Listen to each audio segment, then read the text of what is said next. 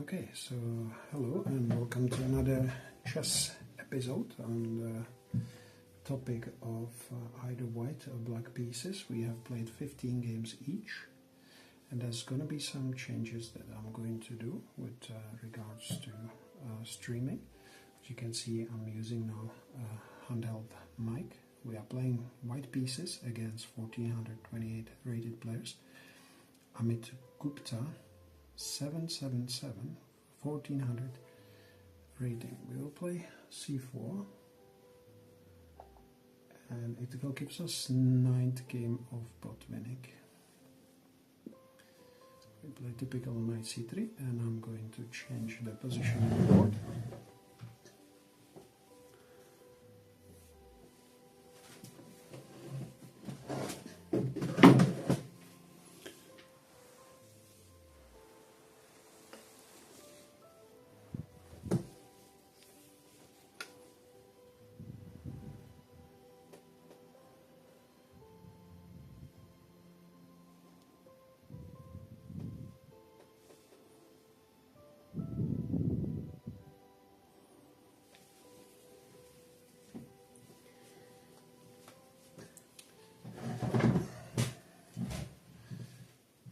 So I cannot tell for certain if the chessboard is properly aligned. So we are going to play Botvinnik system, and then we have the Botvinnik system is now equal with Vienna, but Vienna has one less games to be played. And I wanted to talk a little bit about some philosophy in chess. And one of those is how to improve basically your game, or how to study chess. And from my philosophical approach, purely philosophical approach, if you were, say, unsure how to study chess or what to do in the position, one of the things that you should always do in chess is to ask a question and then look for the answer. So both of these things should more or less come naturally for each chess player. I'm going to stop the g4. So let's say you are completely new to chess and you don't know even how the chess pieces should move. So what would be the first questions that you should ask yourself? It could be actually quite simple, and you can start with the first question. How do I study chess? So now first black was attacking with bishop e6 on c4, so we protected with b3. Now he's attacking twice here, so we will play king h2. And so one of the questions here is basically how to improve your chess. So even if you don't know basically, where to find the rules of the game or so, the most important thing next is to find the answer.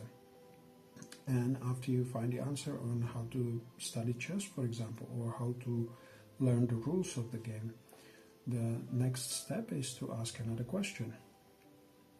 So let's say you will find the first answer will be to practice games and analyze games.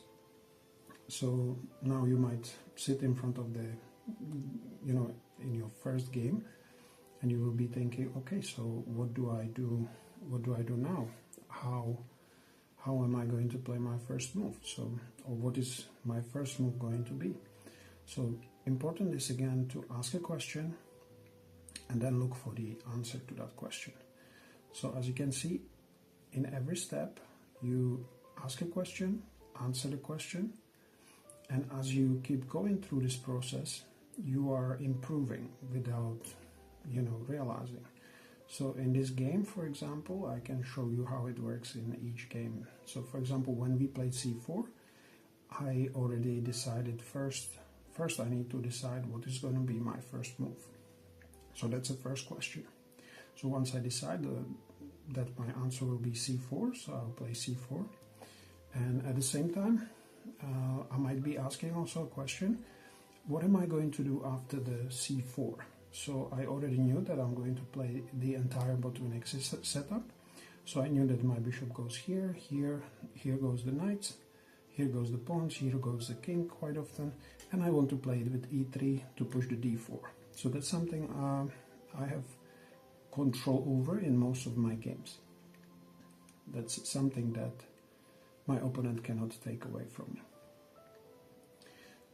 So then, you know, we're asking questions at each step, like what, for example, with this move, if I was black, I would be asking, like, what is going to be my best move, and how can I prevent white from playing d5 and trapping some of my pieces.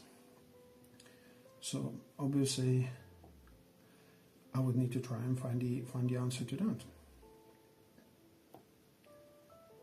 So it looks like d5 still might be a really good move for us. Also, by white, by our opponent playing h5, so we now start asking a question, basically, what should be our next plan? Shall we push the d5, or shall we place the bishop on g5, or can we play rook e1 with putting some more pressure over there? So the same style, in the same style, I'm questioning myself with regards to my chess development, or even with regards to my YouTube development. So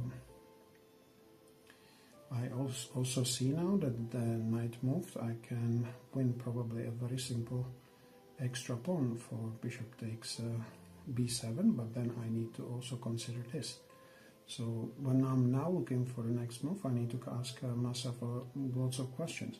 So first of the questions is what is kind of threat of my opponent, and then I will try to find the answer with regards to my candidate moves.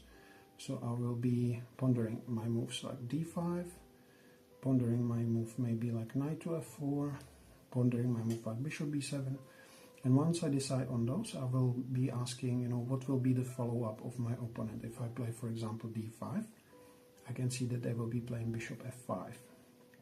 If I then want to play knight d4, hitting the bishop, what will happen next is basically always the follow-up. So whether you are beginner player or whether you are a seasoned pro, chess is always consisting with decisions, lots of decisions, but they are always driven by questions and answers. So always you need to ask lots of questions and try and provide yourself with enough answers.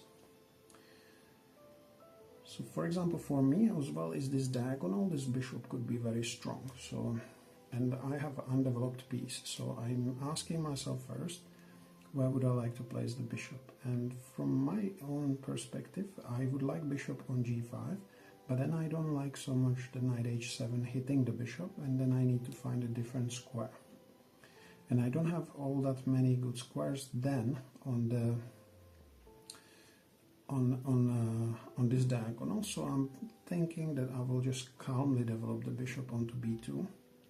And I need to be careful not to move this knight at certain positions, because this diagonal could be a problem for me. Now, one of the questions as well is whether pushing the d5 actually might be good for us, as we will win the tempo on this bishop by playing bishop f5, and then we can hit that bishop with the knight to d4 and try and win the pair of bishops that way. And I feel that's something that we should probably go for, even though we will be exposing this d5 square potentially for the future. But we are also fixing the d6 square, so if any time the pawn goes to c6, then we will be weakening this square. So I believe d5 is the move, as it will take some squares from the opponent. So we will play d5 first. Bishop f5 is the move that was expected. And now I feel like we can try and threaten to win the bishop, which isn't necessarily winning the game, but having that bishop in our possession, it could be actually good to, you know, lower the impact of any attack of black's pieces, even though that bishop isn't particularly good. So I believe move like knight d4 could be potentially good, as it also attacks the c6 square enough times. Black would still be able to play d6, c6 in those positions.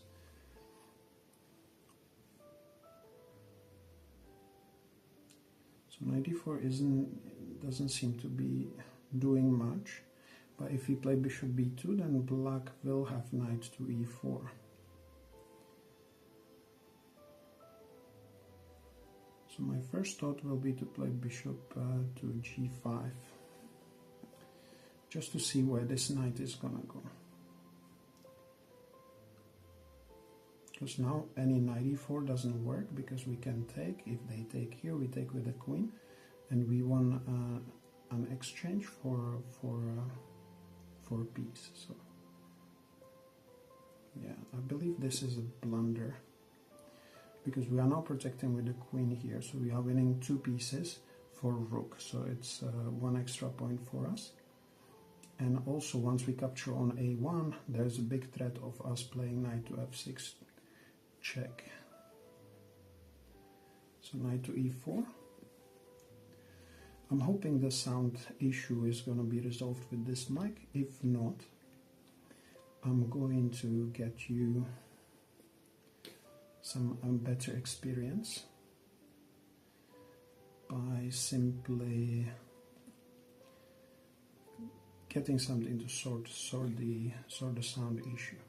So now we have full piece up, and the only good follow up for, you know, to make any sense would be to take our rook. But the problem with this approach is that we have 2 bishops for a rook, but now they are lacking protector of the weak dark squares. And we have some really strong moves. If black does not address the f6 square weakness, then we can play queen f6, attacking the knight, and with the next move bishop h6, we are going to be threatening checkmate. So this could be really quickly going sour for our opponent. King h7 is playable.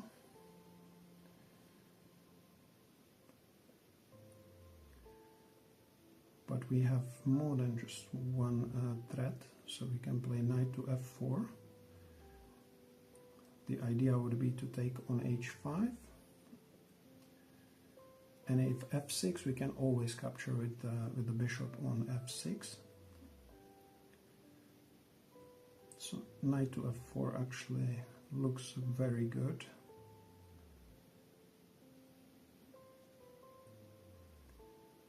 So we are going to be capturing the whole world of black pieces. So we are enough times on the f6 square at the moment. And the moment we take knight takes h5. So f5 seems to make sense, so we cannot capture on h5. But then again, this move only means that we will have the e6 square for ourselves. And we can basically play knight to e6 straight away, as we are threatening a checkmate on g7.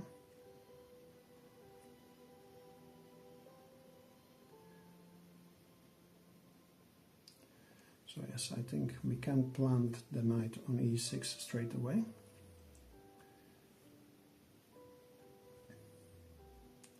But since the knight is on e6, we are then going to keep the bishop on this diagonal to to keep protecting the d5 square. Now white opponent is protecting the square in this manner, so we will play bishop. Maybe actually playing bishop to g2 is probably better than it attacking on h5. We have now under control all the dark squares, some of the light squares as well, thanks to this knight. So it will be super difficult for black to actually come up with something sensible here. We can then also drop the bishop to f4 and then play knight g5 kind of move, winning us the more material. We can bring the rook on the open file to begin with. And because we have full control of over the f4 square, then in itself is very good. We can do actually one more move. It's rook c1, then after trading,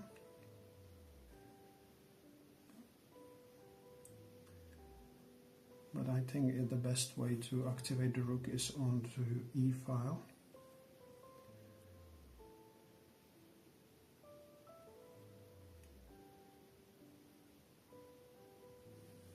C takes d5, c takes d5.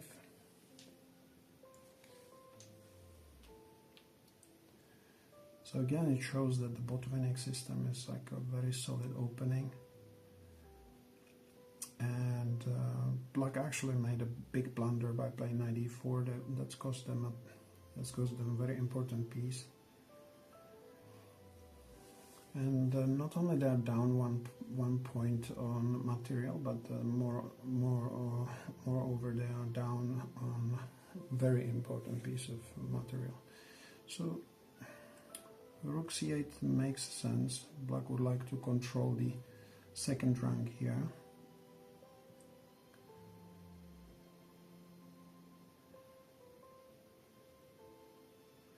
Well, we can just simply play rook to e2 and not allow anything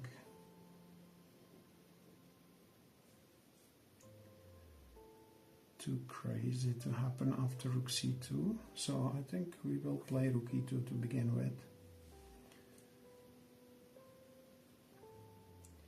Black cannot play rook c5 for knight to c5. Bishop is protecting the c1 one more time.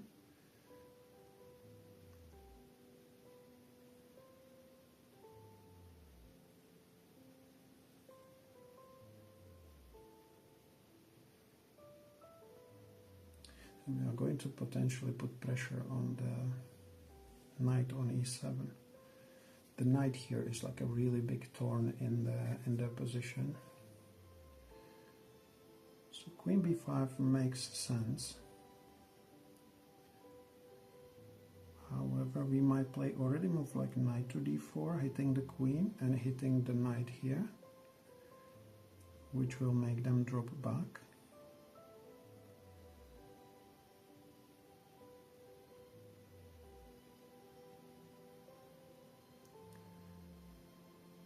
We can also temporarily play some move like bishop f1. So since the queen is hitting twice in here,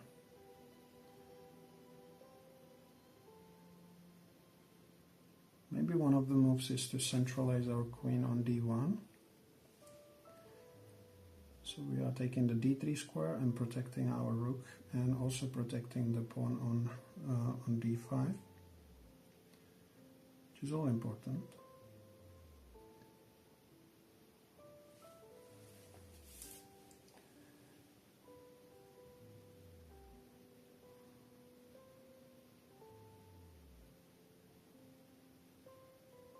And it's the dark squares where we are totally dominant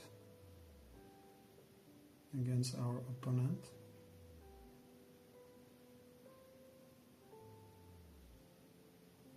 That extra piece is going to be significant.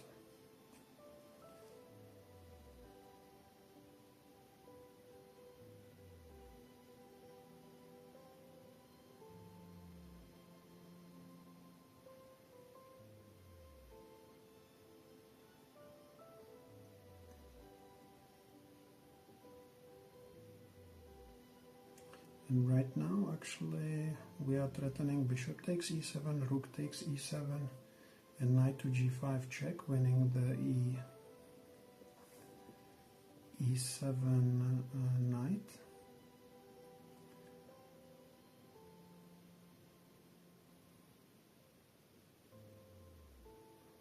You can also play maybe knight to f4, again hitting the knight, asking where is the knight gonna go or how to protect the knight. So knight to f4 is basically attacking the knights twice with the bishop and the rook.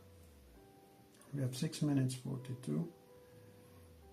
So sometimes, you know, good way to play chess is also to ask your opponent where their pieces are gonna go. And now actually rook e8 seems to be a fine move. We can once again ask the queen where the queen is gonna go.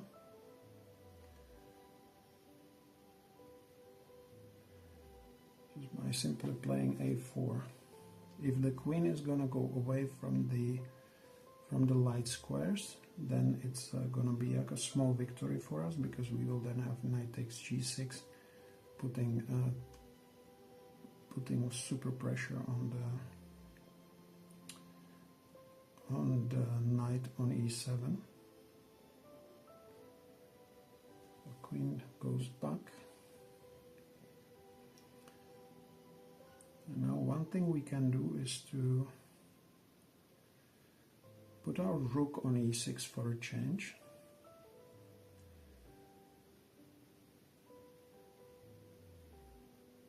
And knight from f4 controls both of these squares. The queen is controlling.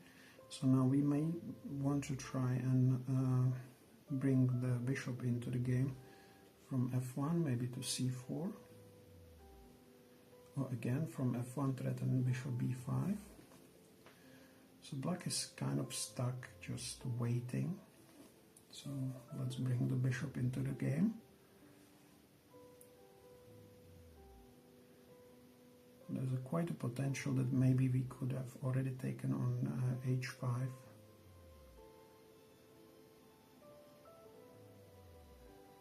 With a probable checkmates. So knight to g8 happens, and I believe this is already winning for us, because first of all you cannot take on e6 for the fork between the queen and the rook, and second of all because we have moved like bishop b5. So again we have achieved total dominance in this game.